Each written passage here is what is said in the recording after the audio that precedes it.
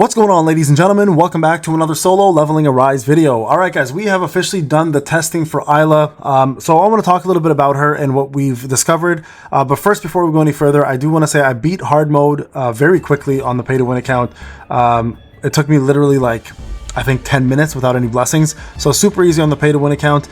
Free to play account struggles. I can't even beat Methus. So this is going to be a hard one for Methus for sure, as well as the rest of it. So free to play, hold tight and steady. We're going to need to level up a lot more before we can actually tackle hard mode. So definitely a challenge for free to play players, and one that should not be trifled with. And if you guys noticed, they did increase the actual power. It went from 900k to 950k. So it is more challenging than people thought. And Dolphins are actually having a hard time as well too, from what I've seen. All right, now moving over to Isla.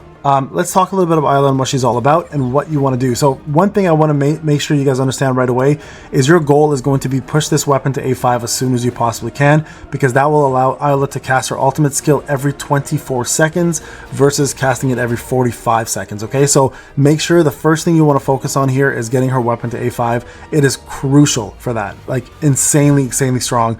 So this is going to be one of your main goals. If you plan to go for her, A5 weapon is a must. All right, every 24-second casting of ultimates is huge. All right, now let's go over some of the results that we got from Isla here and how we did this. So what we did is we went into blessing set, full AP's blessing set. You can also use 4-piece Sylph and then 4-piece. Honestly, I don't even know what else you would use for the other 4-piece. Maybe Destroyer to lower her cooldown even more if you want to and have her ultimate up, but she gets her ultimate up almost instantly all the time anyway, so that kind of feels like it defeats the purpose.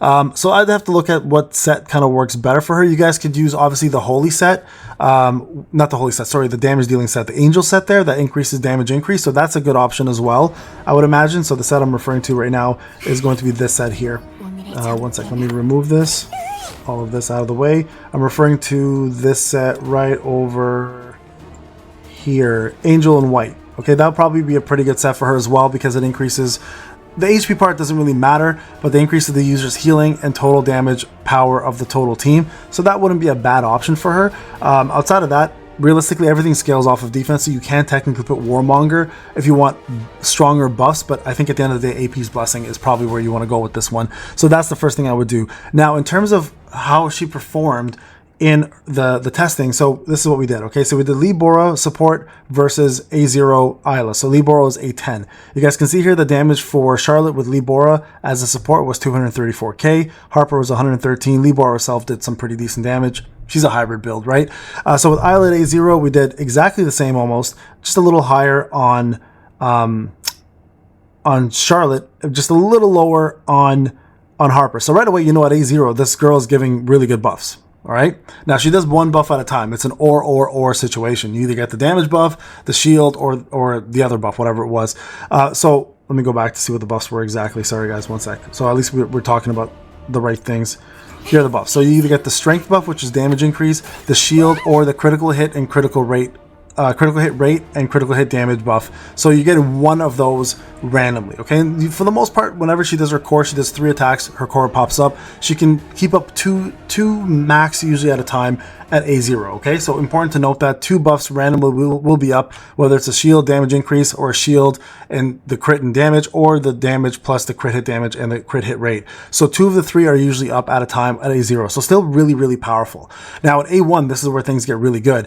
Just so everyone is aware, I did test to see if Charlotte at second slot does get her 20-second removal of her ultimate. She does not. She's not affected by this, but her A1 essentially increases the ultimate gauge for the unit by 75% and also decreases the cooldown of their ultimate by 20%, which is massive. So again, Charlotte is not affected by this, but Harper definitely was. And you guys can see here from the A0 to A1, Harper's damage went up pretty substantially, almost about 30 million.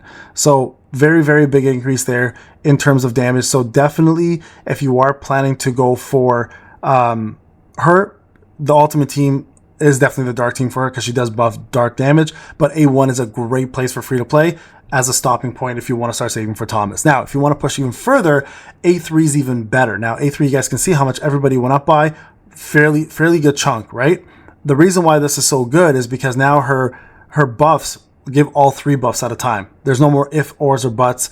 It's all 3 at the same time every single time. So you get the crit hit buff, the crit damage buff, the damage dealing buff, as well as the shield. All 3 will happen every single time she does horoscope, which is her core and her other skill. So super important to note that this will happen every single time now. So A3 is the best spot to stop. Now, for whales, of course, you want to push to A5.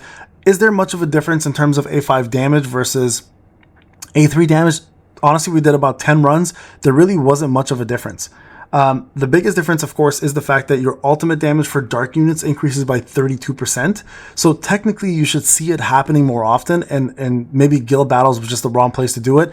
But the big thing is you get a better shield, you get more healing, and that one that I just mentioned where dark units will get 32% more ultimate damage whenever they cast their ultimate, as well as, and you guys can see here, she increases the team's stats equal to 12% of her damage increase.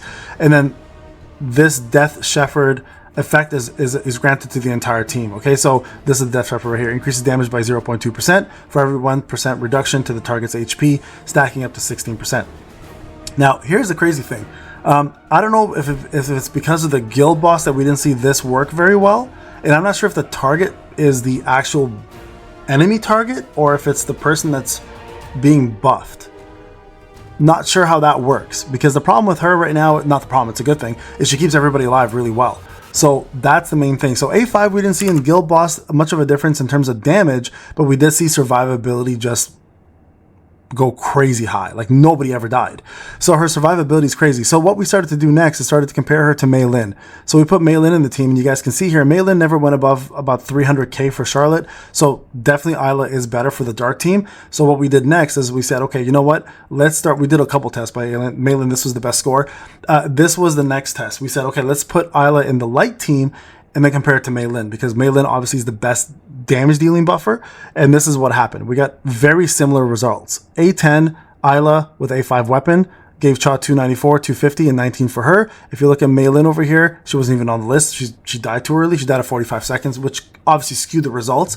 But you guys can see how much of a difference there is in terms of damage. There's not much, but she did die in 45 seconds. That would have been an extra few more ticks for damage for everybody. So I'd say overall still, when it comes down to non-dark teams, Meilin is still a better overall damage dealing buffer, but she has nowhere near the same survivability effects as Isla does. So overall, Isla is definitely the best buffer in the game by far. It's not even a question. She gives everything you need, specifically again more for dark teams than anybody else, but she still does give a lot of buffs to everyone for survivability, for damage, for etc., right? For crit hit rate, crit hit damage, etc. So you will get the full array of buffs from her, but she is built again more for dark teams to take advantage of, but she still carries her own. I would say the most balanced buffer of all of them, pretty much has a little bit of everything that everyone offers, whether it's Min's crit hit and crit hit damage, whether it's damage increase. The only thing she really doesn't offer is attack up, right? And everything scales off of defense for her, so keep that in mind.